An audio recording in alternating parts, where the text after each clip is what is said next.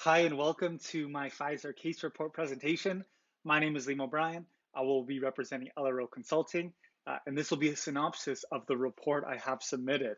That being said, I'd like to get into the details. In terms of our agenda, we're going to be talking about the vaccine, we're going to be talking about COVID-19, we're going to be talking about the different industry players, and do some financial and accounting analysis, and to cap that off with a little bit of note disclosure analysis as well. That being said, we'll get right into it for the background of COVID. We know that COVID is not a completely unique disease. We know that it comes from a background of the larger family of diseases found in camels, bats, and cats, in MERS-CoV and SARS-CoV. We know that the symptoms could be fever, fatigue, and most notably shortness of breath, as some individuals have to be on a respirator or ventilator in order to breathe properly. Now, COVID does spread very quickly. It has a spread rate of roughly 2.25, which is higher than the spread rate of the common cold at roughly 1.7. And the death rate is fairly high. COVID has unfortunately killed roughly over 3 million people, which is very sad to say. And there's been over 150 million cases.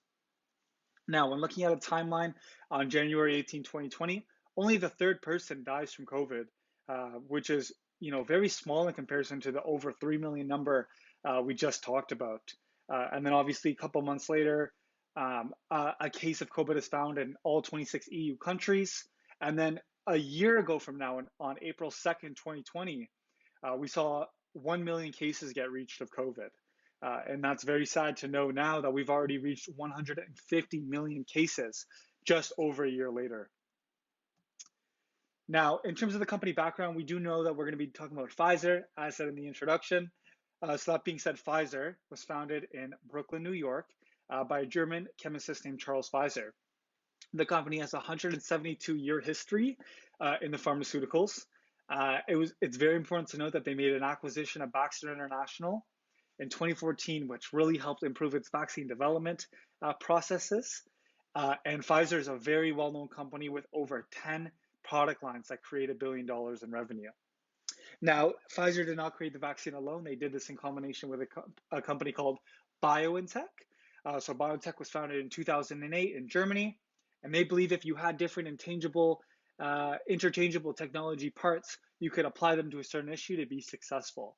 And that ultimately proved to be true because the company was worth roughly $3 billion before the pandemic and is now worth $29 billion after the pandemic. In terms of vaccine development, we do know that this is Pfizer's process. Every company might be unique. However, this is how specifically Pfizer conducts their development. So in stages 1 and 2 being research and preclinical, this would be gaining an understanding of what they're looking after and trying to find some positive signs that might lead to success. And stages 3 and 4 might be a little more rigorous with the clinical trial and regulatory review. This would be having a larger study to know that if they were to put this to public use, it would be safe and not harmful to the public. And regulatory associations such as the FDA would ensure that to be true. Stages 5 and 6 would be production and quality control. This would be the actual production of the vaccine and making sure that what they're producing is the same thing that they were researching. Now, Pfizer has this process very well developed. They had a success rate of 21% of their research in 2020 in comparison to the industry average of 11%. Now, Pfizer and BioNTech's vaccine has a 95% efficiency rate, so it's very good at what it was intended to do, and it's had a trial of over 40,000 people to ensure its safety. Something to note is that Pfizer needs to be kept anywhere between negative 80 degrees Celsius and 60 degrees Celsius and negative 60 degrees Celsius in order to be used properly. Now let's look at the competitors. I chose these competitors based on candidates' approval for vaccine candidates being Moderna, AstraZeneca, and Johnson & Johnson. We know Moderna has a 94.1% effectiveness rate and had a fair clinical trial. It was founded in 2010 in Massachusetts, United States. It trades under the ticker mRNA at a price of roughly $173. They've seen great success during the pandemic, and we'll talk about that in the stock analysis to follow. In terms of AstraZeneca, we know that they have a 62% efficiency, but really pride themselves on their near 100% survival rate, where if you have the vaccine, you get COVID, there's almost 100% chance you'll be okay and not die. They had a fair trial, and they were founded in 1999 in the United Kingdom. They are known for their leadership and innovation in science and research. They trade on the London Stock Exchange under AZN. They currently trade for £7,500 roughly, and they've seen great growth since their inception. Now, for Johnson & Johnson, I'd just like to be clear. I know the vaccine is called Janssen, and it's under Janssen. Janssen is a subsidiary owned by Johnson & Johnson. So I will be talking about Johnson & Johnson because they ultimately have control and are the parent of Janssen. That being said, this vaccine has a 66.3% effectiveness rate, fair trial, and was founded in 1886 in New Jersey. Now, Johnson & Johnson is a very well-known name with brands like Tylenol and Band-Aid. They trade under the ticker J&J at roughly $163 price range, and they've seen incredible success since their inception. Now, in terms of our accounting issues of revenue and expense recognition, they can be as follows. In terms of revenue recognition, we can look at IFRS 15, otherwise known as the contract approach. I like to apply the example where Pfizer reached a $1.95 billion deal with the US government. So we can go through step one, being to identify the contract. So example, the different negotiations that went down for that deal to take place. Step two being the performance obligations. In this deal, Pfizer is required to send 100 million vaccines approximately. And determining a transaction price, we can look at that $1.95 billion price range. And when we allocate that, that would be to the vaccines that were ultimately going to be given to the American government. And by step five, when we recognize that revenue, we need to make sure that all obligations have been met, not just giving the vaccines over, but making sure they are transported properly because they need to be kept at that appropriate temperature mentioned earlier. So that would be how Pfizer would recognize its revenue. Now, in terms of expense recognition, ultimately being able to capitalize the expense, we can look at the 6 criteria here. This is very important for pharmaceutical industries.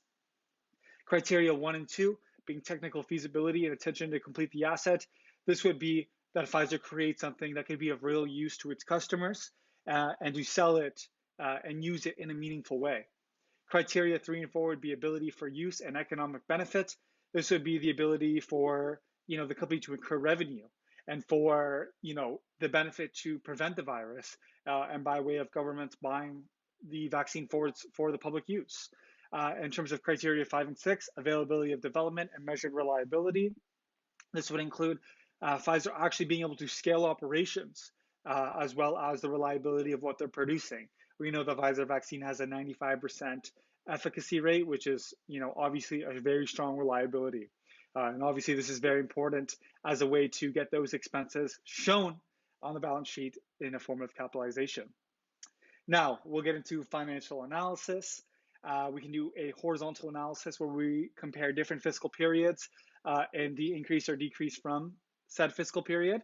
I'd like to draw your attention to our cash account, our current debt account, seeing strong fluctuations, but most importantly, our intangible assets. We see a negative 16% decrease. This could be due to not keeping up patents and issues and obviously recognizing and capitalizing the expenses under IAS 38. Now, when we look at the income statement, we see revenue grow. We see our income decrease, unfortunately. But for COGS and R&D, we see them increase quite strongly. 5% of cost of goods sold have increased from just 1 year ago, and R&D has increased a lot. So that would make sense based on intangible assets lowering and R&D increasing means we are having a trouble capitalizing some of these expenses. Now, in terms of the vertical analysis, this would be comparing items within the same fiscal period. I'd like to draw your attention to our cash account and our current debt account. We see our cash representing roughly 8% of total assets and our current debt representing 2% of total assets as well. That would indicate that we are becoming a lot more financially flexible, increasing our solvency position where our working capital is also increasing, which is very important to know moving forward. In terms of our vertical analysis on the income statement, we see our income accounts and our different net income accounts lowering in proportion to total revenue, which would indicate a lower profitability for the company as a whole. Now, when doing a ratio analysis, we can see, for example, our current ratio increased from 2019 to 2020. And that would be just in line with what we were talking about, where again, we've increased our solvency position and become a lot more financially flexible with the increase of that current ratio. And what also we noticed was our EPS. We saw that drop, quite drastically within just 1 year, and that would be in line with seeing that our net income and profitability accounts have suffered this year, lowering the EPS. And a lower EPS would result in our third ratio, being the PE ratio, increasing as a result. Making the stock a little more speculative, but 22 is not a number to be too concerned of in this specific case. Now, in reaction to good news, we have the light blue being good news and the dark blue being bad news. The light blue good news would be, as we talked about, that $1.95 billion in July of 2020, and our bad news being one of their most successful drugs for rheumatoid arthritis, ultimately not passing its longevity test and having to be taken off the shelves. And that happened in February 2nd of 2021. As we can see, good news grows slightly over the next week as well as month, but after 2 months doesn't really fall in line with the way the stock has been moving. When we look at our bad news, we see a decrease in line with the news, but overall after 2 months, it pretty much fizzles out and has no relation to what transpired. That being said, it is important to note that for the good news example, for the month leading up to the news, there was a 20% gain to be made on Pfizer if you were in anticipation for the release of the news, that the contract was ultimately going to be fulfilled. But overall, once news has been announced, good and bad news have correlation, but after the long term does not really have any correlation at all. That being said, we'll get into our stock market returns. As seen on screen, it's hard to miss. We see Moderna with very strong growth. We see them at roughly 950% gain from before the pandemic if you were to have purchased on January 4th, 2019. Now, Pfizer, under that same period, if you purchased it on the same day, would actually be at a negative 5% decrease in the stock price, which is very interesting to note, and does fall in line with our profitability accounts dropping as follows, or as mentioned. In terms of our dividend return, we can see that Johnson & Johnson offers the strongest dividend absolute amount, but it is important to note that Pfizer offers the largest yield amount. So the best bang for your buck would indeed be Pfizer if you were looking for a dividend return as well. And another thing to note is Moderna does not pay a dividend as a company. Now, in terms of our final discussion being note disclosure, we can note the following. So we know that there was a dividend confirmation of $8.4 billion of cash. This is a very good signal from the company. They've been doing a dividend for 32 years, so it shows that steadiness of the payment of dividend, and that the company has the necessary reserves to ultimately pay a dividend and keep the company working well. When we look at the second disclosure of currency, Pfizer saw a $100 million favorable currency variance. Pfizer has operations all over the world. They have over 200 suppliers around the world and 40 sites around the world. And when they convert that to to that standard USD, they saw a $100 million currency variance. So that was very interesting to note. And finally, the share repurchase program. Pfizer did not repurchase any shares in 2020, and there's no guidance so far to repurchase shares in 2021. They have, however, authorized a $5.3 billion share repurchase program, but have not executed on any of those shares. So this would send, a contradicting signal to the market, where usually if a company is doing a share repurchase, it means it would like to temporarily raise the share price, indicating to the public that its shares are not at what it believes is the right value, or it uses it as a way to transfer cash back to their shareholders who have held their investment. So these are the three key disclosures I've decided to include that I thought were the most important. That being said, I'd like to thank you very much for listening to my presentation today. As you read the report, you'll probably see a lot of expansion on the topics I mentioned, but I really appreciate you listening, and I really appreciate the time spent on this report, and I just hope you have a great week. So thank you very much.